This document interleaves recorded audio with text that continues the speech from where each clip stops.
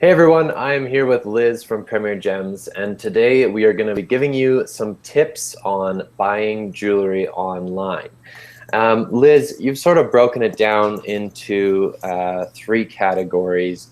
The first one being know what you're reading. So what do you mean by know what you're reading? Yeah, for buying online, I mean, there's going to be a lot of people giving you grief and gloom and doom when it's around what surrounds buying online. And mostly, I think those people are just trying to scare you. And there's reasons for that. There's a lot of the reasons are they still call it the Google, and they're afraid of losing your business. So, I'm really supportive of buying online, mainly because I have a pulse and it's 2015. And there's a lot of options out there, and it's good to be armed with the knowledge when you're looking around. So when you know what you're looking for, you need to know, especially when you're buying diamonds, your 4Cs, so your color, cut, clarity, carat. There's another C that we don't always talk about though, and that's certificate. So going over all of the characteristics, it's a whole other video in itself. So, I mean, there's a link that I post on Facebook all the time, and I'm going to post it again today.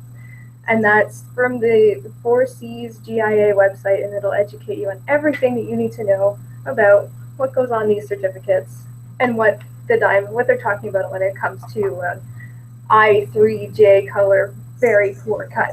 I mean, that's not something that you're going to be looking for. So, and it'll tell you the difference between that.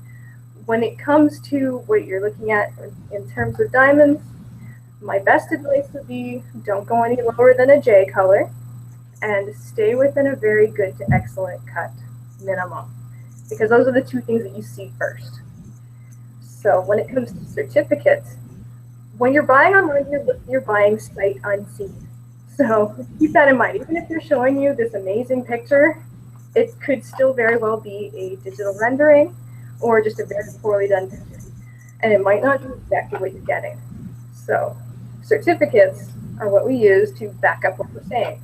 So we have reputable certificates, usually from GIA. I really would only buy online from GIA if it has the serial number from them, because they're the most reputable as far as certificates go. But then there's some other certificates, some terrible certificates that are, you can see the name up there, literally not worth the paper they're printed on. These are some certificates that don't really tell you much about the stone, and they will tell you a very high opinion of it, and it won't be what you're buying. They'll tell you it's 2 grades higher and 2 clarity grades higher than what it is. And then when you get it appraised, it's going to be wrong. And I hate to say it, and a lot of people are going to dance around telling you the truth of it. It's usually these folks. So watch out for those certificates. I would say you have to really go with a reputable name when you're buying with that. You're saying GIA is the main one. It's really the most reputable and the best one you could go with. Okay. Because everything that they do is cataloged and has a serial number, and they spend a lot of effort and a lot of time and a lot of marketing to just make sure that it's a trustworthy name. And that's really what they stand by, and what they really want to do is make sure that there is a trustworthy name out in the jewelry world. So they're the best. So as far as that, make sure you have your good certificate, make sure you know what you're buying, and check around. Don't just go with your first instinct. I mean, it could look like a really good deal. It could very well be a very great deal, but compare and see if it is too good to be true. You know. So, And the second one you listed, Liz, was where is it shipping from? That's a big thing too, especially if you're Canadian. And when you're buying online, it could be shipping from anywhere. It could be, usually it's from the U.S. And something to keep in mind, it's a really low price, and it's probably in U.S. dollars. But you can also get dinged at the border for duty and shipping. And so there's another 5% on top of your cost right there. So it might be a great deal, but you might get stuck with duty. So just if you have somebody there to talk to, somebody to contact, or a support line, find out where it's shipping from. If you are looking for a stone online, I would say Blue Nile is great because they are in Canada. And you're not going to have that much trouble. But I'm seeing a few people looking at Brilliant Earth, and they have great stuff, but it is shipping from the States. So be careful with that. Yeah. And I mean, the last one you had here was plan ahead. Now, what do you mean by plan ahead? So when we're planning ahead, okay, so sometimes those pictures aren't going to be as fantastic as the piece actually is. Mm-hmm. And sometimes it's not even going to be at all what it says. Be careful with that.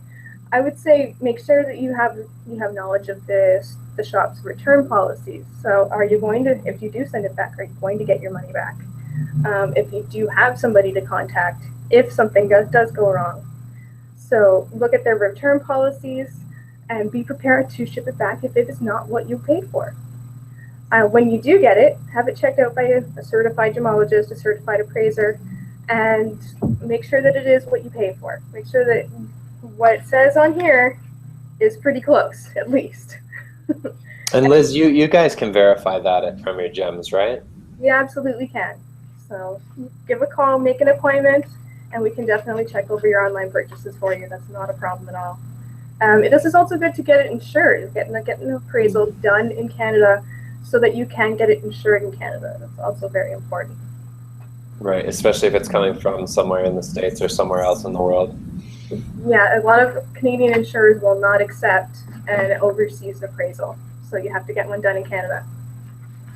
Interesting. And Liz, if people have more questions about sort of buying jewelry online, which I know you get a ton of questions about all the time, how can they contact you? Feel free to send me an email, liz@premiergems.ca.